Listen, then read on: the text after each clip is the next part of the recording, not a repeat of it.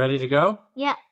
Welcome back to History with Kids. Today we're concluding the Alexiad, a story written by the Byzantine princess Anna about her father, Alexios Kominos, emperor of the Eastern Romans. Quotes are once again adapted from the translation by E.R.A. Suter.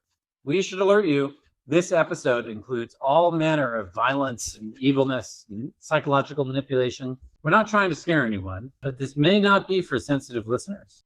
Now, kids, what do you remember about Alexios and the Eastern Romans? I remember that Alexios and all the Eastern Romans like to manipulate. He's using a lot of smart moves. His mom was really smart and taught him everything he knew. So when he was out fighting, he let his mom be emperor. That's true. In last episode, Alexios Kominos defeated the Norman Robert Guiscard, not in battle, but by convincing his enemies to attack him from behind. Alexios took Roman soldiers from his eastern cities to defend against Robert, but the Turks took advantage of that to conquer the Roman city of Antioch. Anna says this: "The emperor, like a good helmsman, guided his craft safely through constant battering of the waves. Scarcely had he cleaned himself of the thick layers of brine when he was called upon to embark on fresh seas of tribulation.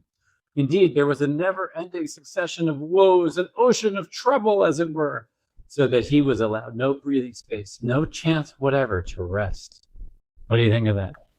I don't want to be in that situation. I would prefer to rest. I also don't, it's scary and stuff if I was. It's true. So Alexios is running around. He puts down a rebellion. He stops an invasion by a group called the Cumans, and he's generally keeping very busy. Meanwhile, the Turks are strengthening their control over Antioch and areas near it. Now, kids, do you know what a hermit is? Is it like a hermit crab? Somewhat. It's connected. A hermit crab is named after hermits. Aren't they a type of fish, actually? Hermit crabs are crabs. No, but aren't hermits a type of fish? Hermits are people. It's sort of like a monk. And a French hermit named Little Peter has visited Jerusalem, which the Turks control. And the Turks are not very nice to him. So Little Peter goes back to France and starts giving speeches all over. According to Anna, here's what he says.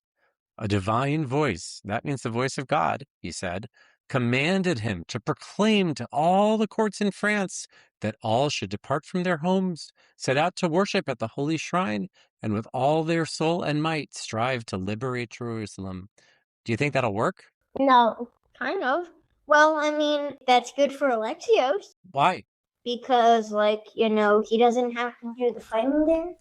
That's true, but what if the people who take Jerusalem don't give it back? Why should they give it back to Alexios? Because he'll manipulate them with money.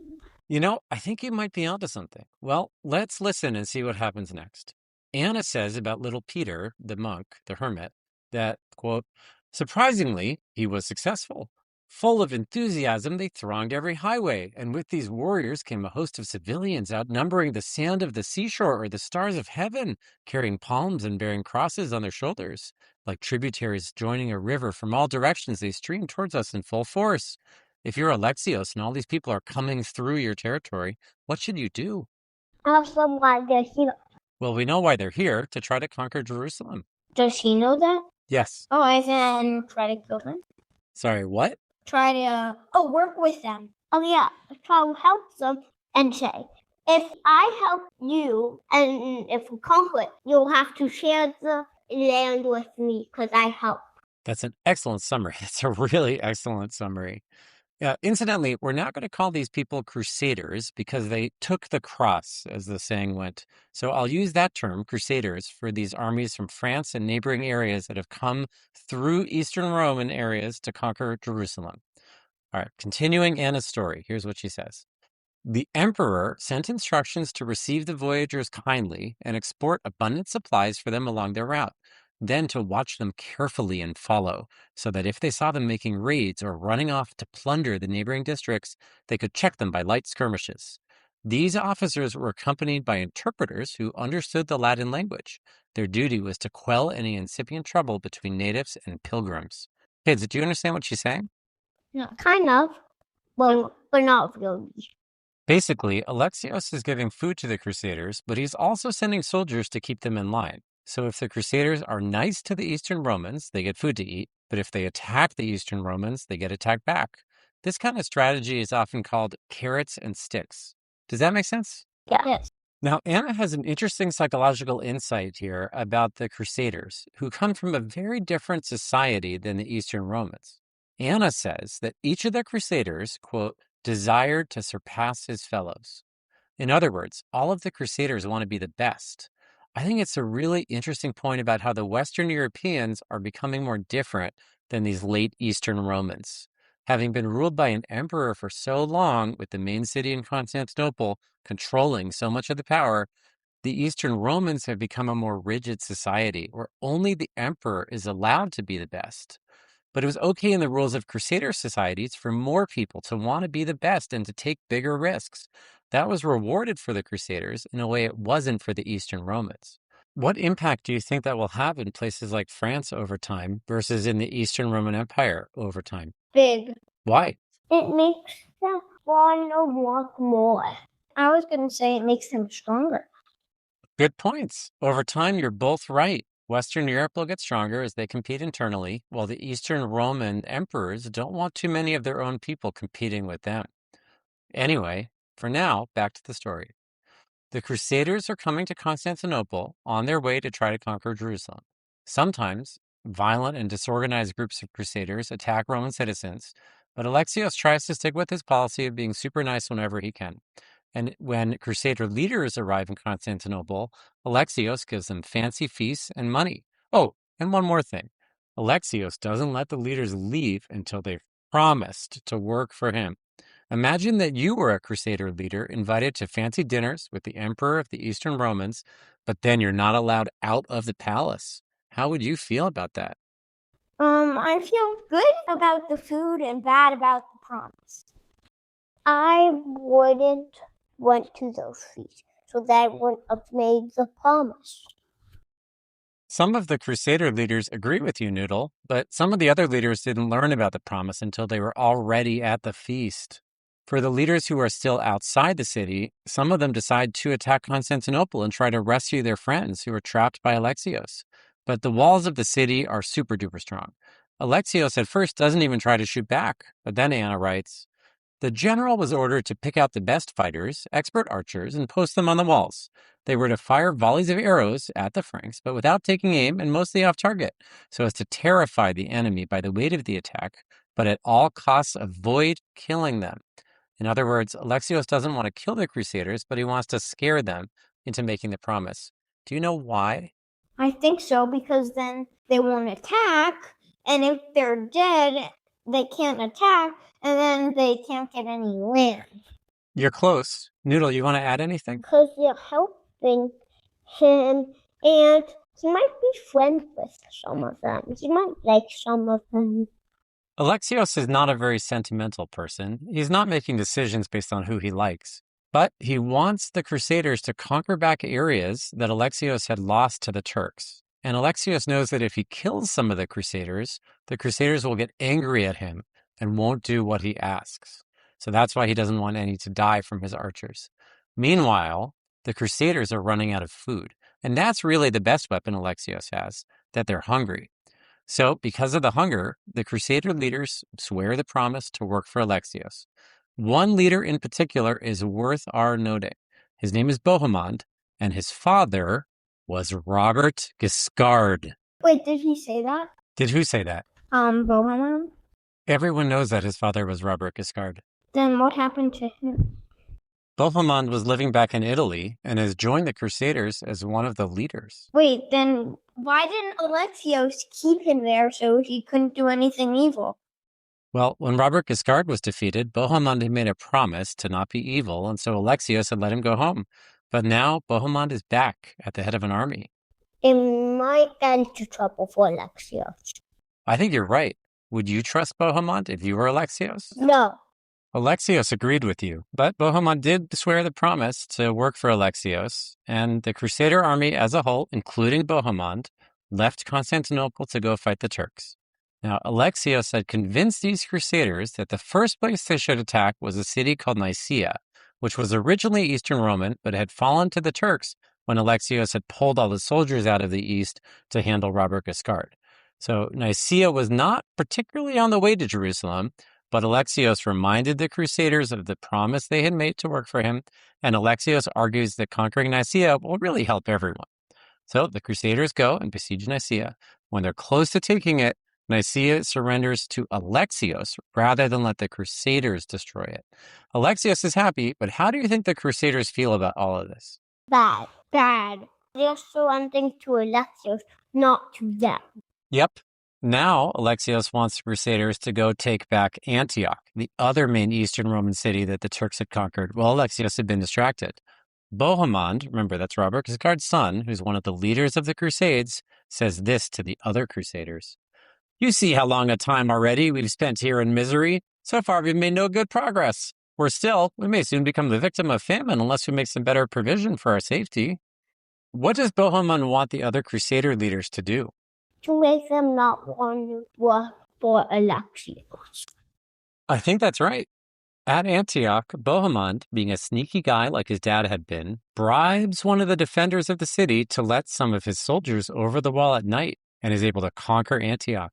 Alexios is still a long way away from Antioch with his army, and Alexios is afraid to expose his smaller Roman army to much combat.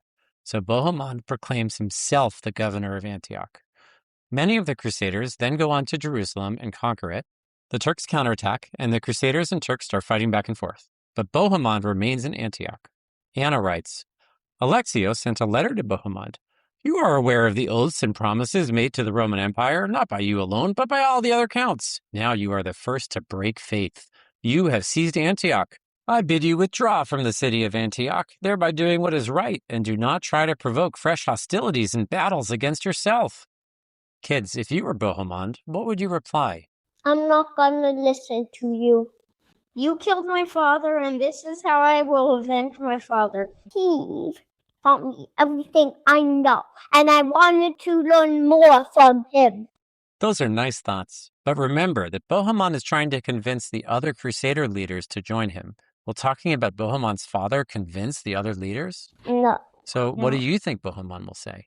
I will not, because I feel like it. We do not have to listen to you, Alexios. We will not surrender if you fight. That's close. Bohemond says, I myself am not responsible for these things, but you. You promised to follow us with a strong force, but you were unwilling to back your pledges by action.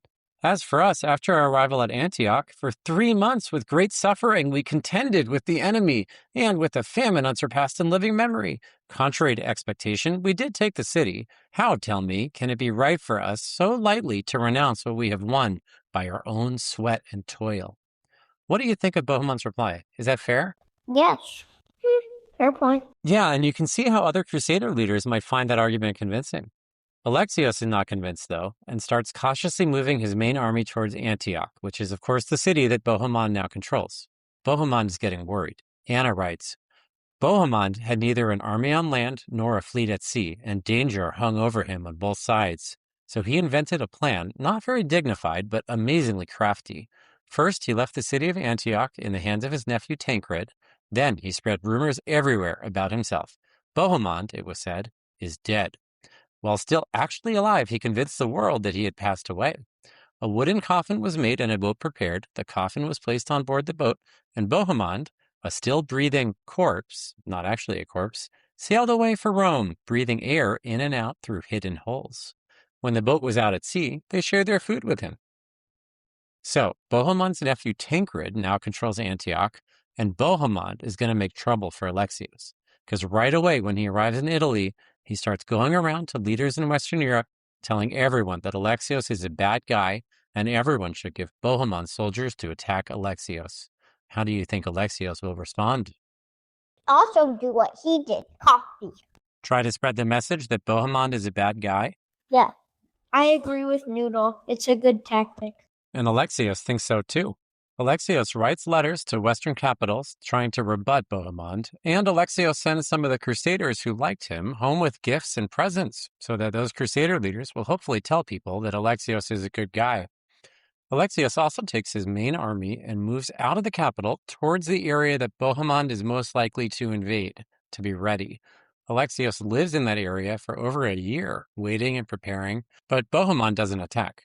Now, what would you do if you were Alexios next? Try to find out if anyone has seen Bohemond. Bohemond seems to be planning to gather his forces in an Italian city called Otranto. Then I'd stay. It's not clear when they'll be ready to invade, but it won't be right away. Go to Otranto and wait for him to come, and when he comes, attack his army. Well, Otranto is controlled by Bohemond's sister, Emma of Hauteville. Bohemond has so many relatives. That's a good point. It's true. So do you think they could attack Otranto? Yeah? That's what they do. Rather than waiting for Bohemond to attack, a Roman fleet goes to attack Otranto, and Emma of Hauteville, Bohemond's sister, who's controlling it. Anna records this.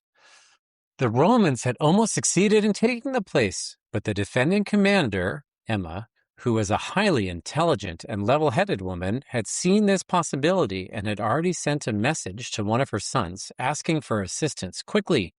The Roman fleet was full of confidence. The place seemingly was about to fall. At the same time, Emma sent ambassadors to the Romans promising to negotiate for peace. She would come to him, and together they would discuss terms. She was playing for time. Her son would have a chance to arrive. Then, as they say of tragic actors, she could throw off the mask and start the fighting. Meanwhile, the son of whom she was waiting did arrive with attendant counts. And with the arrival of reinforcements, the Roman fleet is defeated. What do you think Bohemond will tell Western leaders after this? Look, he is bad because he got defeated. He's a failure. He tried to go and attack us, but he failed. Yeah. Look, Alexios attacked us. He's a danger, but also we can beat him because we already defeated him once. It was a big mistake, I think, for Alexios to try to attack Bohemond like this.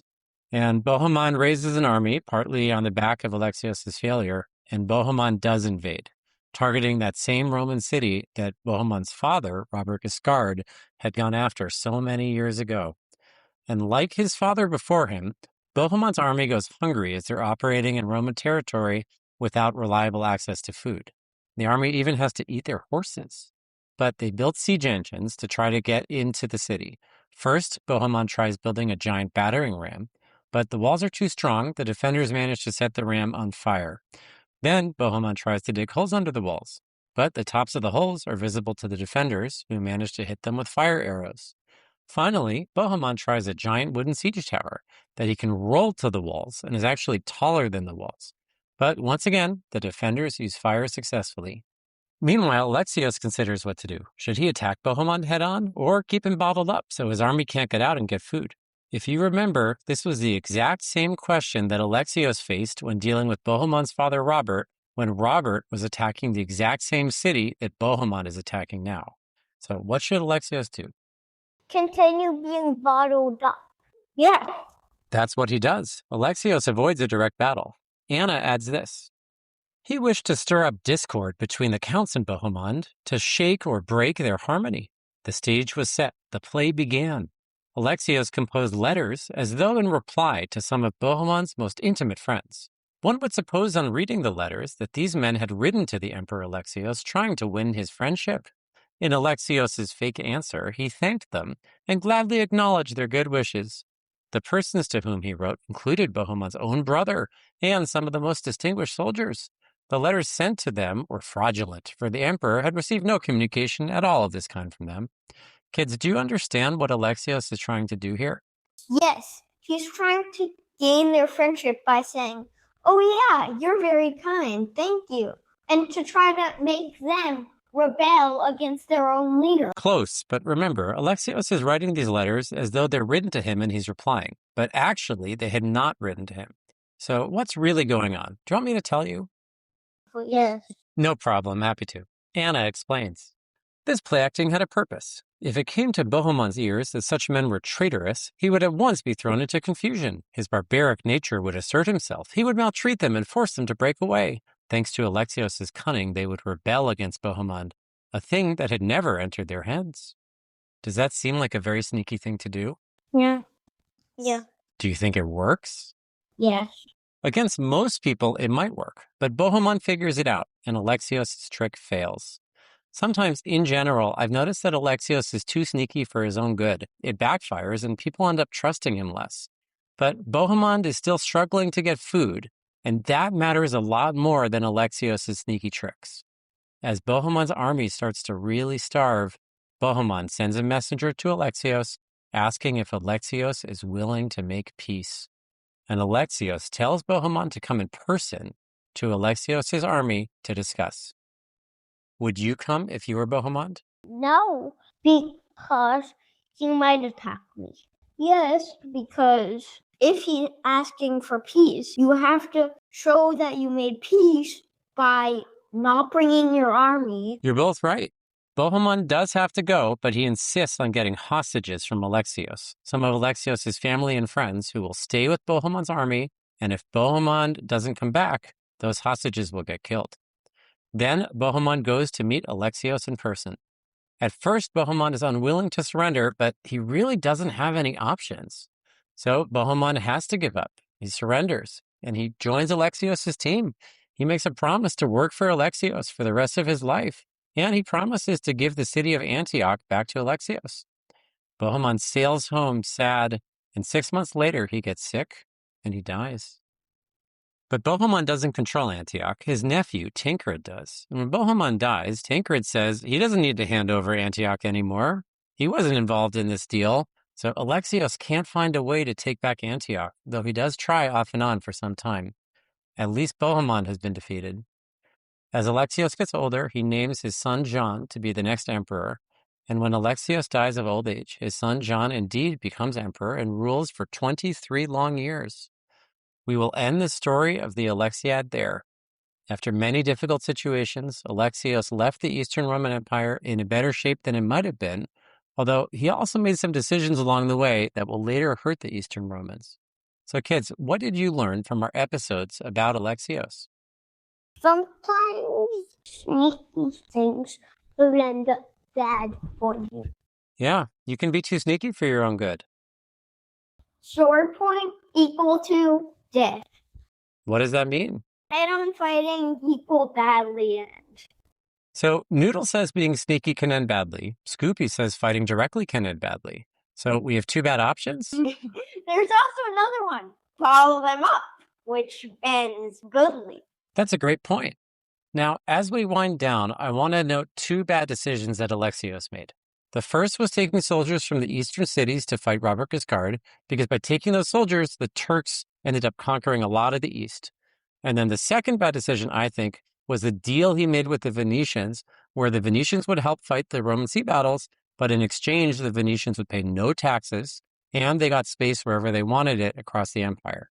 Thinking about this, did Alexios make too many decisions based on short-term firefighting instead of long-term success? Short-term, whatever. Short-term firefighting. Why do you think that is? He doesn't have time to think. That's a good point. Why is that? Because he's always running to a battle of some sort. That's true, and a great insight, Scoops. Would you have wanted to be part of these events? No.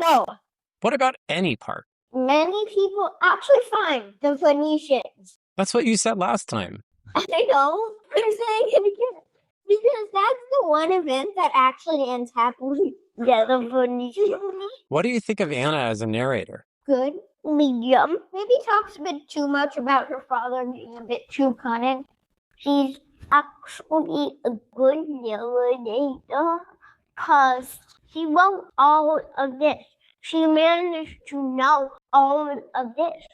That's true. That's a very impressive thing. She collected a lot of different information to tell the story in a very detailed way. And this is the best source that exists to explain the life and times of Alexios Kominos anywhere. Yeah. What are your thoughts on the Eastern Romans in general? They're good, they're bad, they're medium. They're sneaky. Still, on the last podcast that we did, still about Alexios, he makes bad decisions. He listened to his younger soldiers to just go head on. True, they're not always as sneaky as they should be. So we learned that younger soldiers like to go head on. Yeah. If you think about the situation, the Eastern Romans had to be sneaky. They're surrounded on all sides by enemies. They're not very strong. And because of how they're organized internally with an emperor, they're not as warlike as many of their enemies. The emperor doesn't want rebellion, so they've shaped the rules of society to be less warlike over time, which helps with less rebellions, but hurts them against more warlike neighbors, which I think is part of why these late Eastern Romans are so sneaky. But didn't Alexios actually sabotage the emperor at some point? That's true. Alexios himself was extremely sneaky as a person, as was his mom and family. But he had to be super sneaky to become emperor. Most people who try to become emperor die. So in Eastern Roman society, being sneaky was rewarded. All right. Well, it's been a pleasure doing this 3-episode journey into the Eastern Roman past, and I hope you had an excellent time. So do I. Goodbye, everyone. Goodbye. I wish you a merry holidays and whatever holidays next. Goodbye again.